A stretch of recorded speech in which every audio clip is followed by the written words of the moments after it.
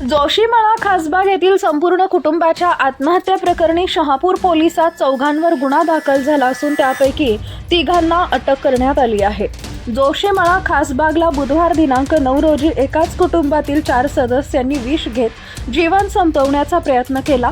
यात 3 मृत्यू झाला असून एक महिला अंत्यवस्थ आहे। संतोष कुर्डेकर वय वर्ष 47, त्यांची आई मंगला गणपत कुर्डेकर वय वर्ष 85 आणि बहीण सुवर्णा गणपत कुर्डेकर वय वर्ष 52 अशी मृतांची नावं आहेत। तर संतोष यांची दुसरी बहीण सुनंदा कुर्डेकर यांच्यावर उपचार सुरू आहेत। प्राथमिक तपासानंतर मुख्य संशयित आरोपी सराफ व्यावसायिक राजेश अच्युत कुडतरकर याला ताब्यात घेऊन त्याच्या घराची झडती घेतली।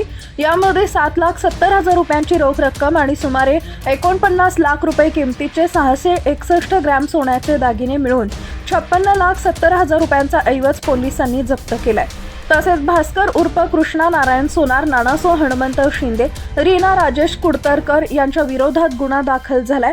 पैकी रीना यांना वगळून उर्वरितांना अटक करण्यात आली आहे।